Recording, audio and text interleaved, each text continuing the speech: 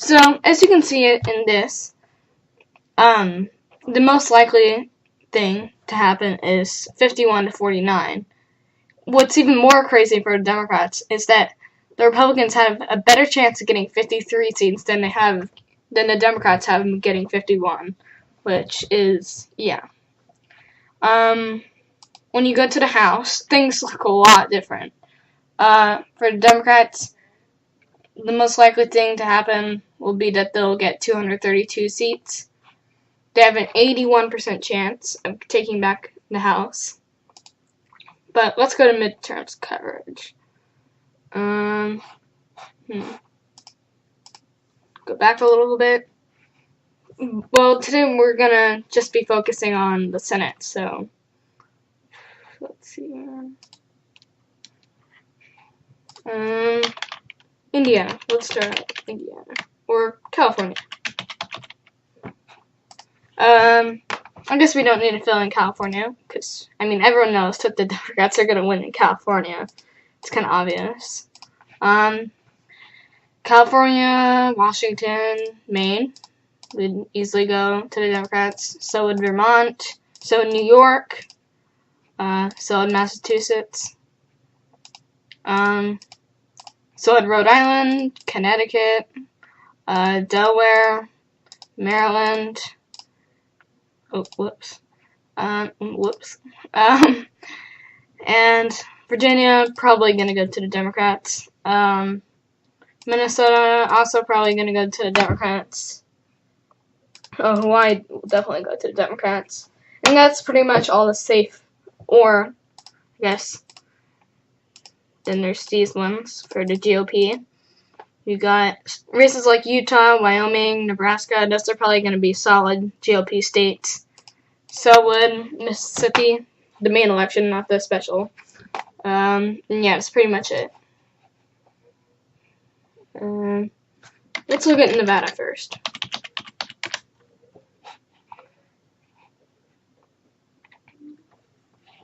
This is a toss-up, but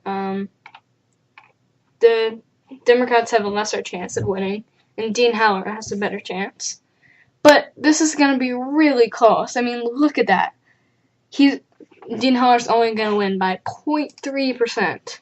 So it's going to be a tilt state. Definitely a tilt state. Now let's look at Arizona. Arizona is really interesting.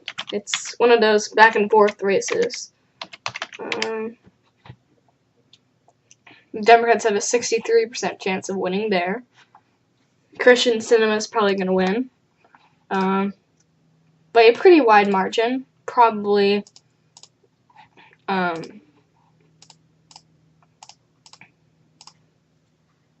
it could be even a leaning. Probably a leading Democratic state. Which is crazy because, I mean, you'd think Arizona would probably go for the GOP, right? But not in this election. I mean, not all elections are the same. So, New Mexico, solid Democrat. I probably shouldn't have filled that in earlier. It's probably not going to go to the GOP. I mean, there's less than a 1 in 100 chance. 0.4. That's really bad. Let's look at Montana. Montana is a likely state for the Democrats.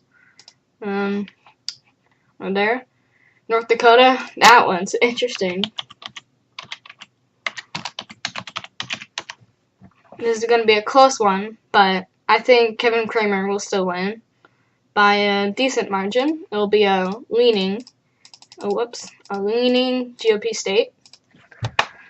When you go down to Texas, this is a big one. This is going to be a big one.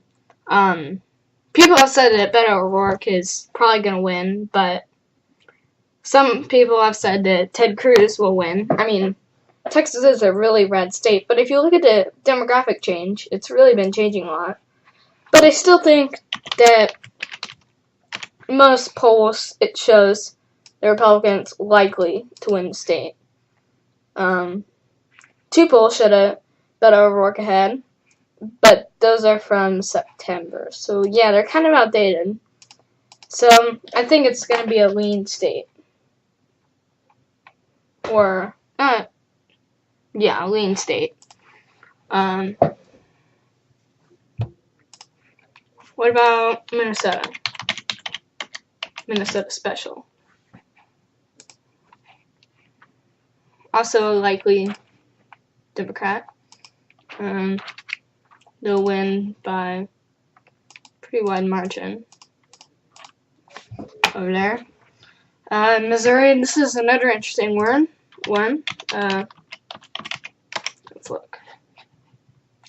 Claire McCaskill has a slight lead by about, it's going to be a leaning Democratic state. Just barely in the column. Not a tilt, but a lean. Yeah. MISSIPPI.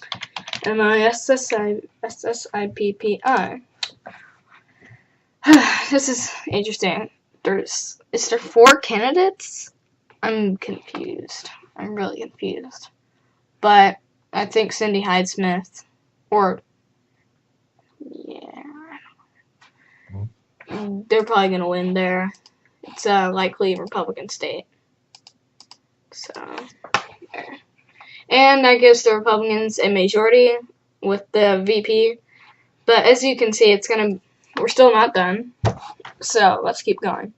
Florida. Lean Democrat. Why is it a lean Democrat? It's Bill Nelson is leading by a few percentage points. I think it's going to be a lean Democrat too. Not a tilt, but a lean.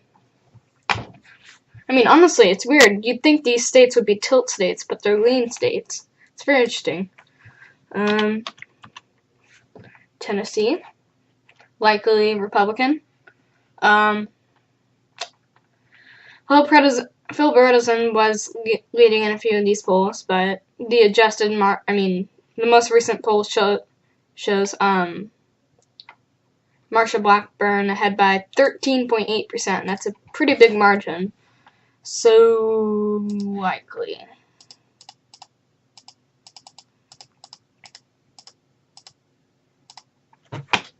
And they have a big majority now, not just with the VP, but yeah, that's a pretty wide margin. So let's look at a few more of these races. New Jersey. That'll be interesting. Likely Democrat. I think that too, probably. I don't think it's gonna go red, honestly. Pennsylvania. This went for Trump in 2016, but it's solid. I think it's gonna be solid too. Another state to add to their big solid column. 15 states. GOP has 4 in the solid column. You'd think Texas or Tennessee would be solid, but yeah, it's gonna be a close night, definitely. One to watch. Let's look at Indiana. Indiana's an interesting one. It's a back and forth state. It's gonna be it's gonna be a likely state, probably. I know, it's weird.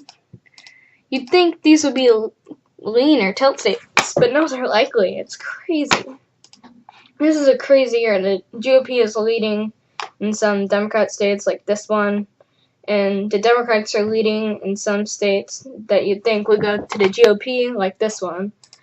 And yeah, it's really weird. It's a weird election, folks. Definitely. Wisconsin. Wisconsin. There we go. Why isn't it working? Wisconsin. Okay. Wisconsin. Sorry. Yeah. Solid Democrat. Yeah, probably a solid state, I'd say.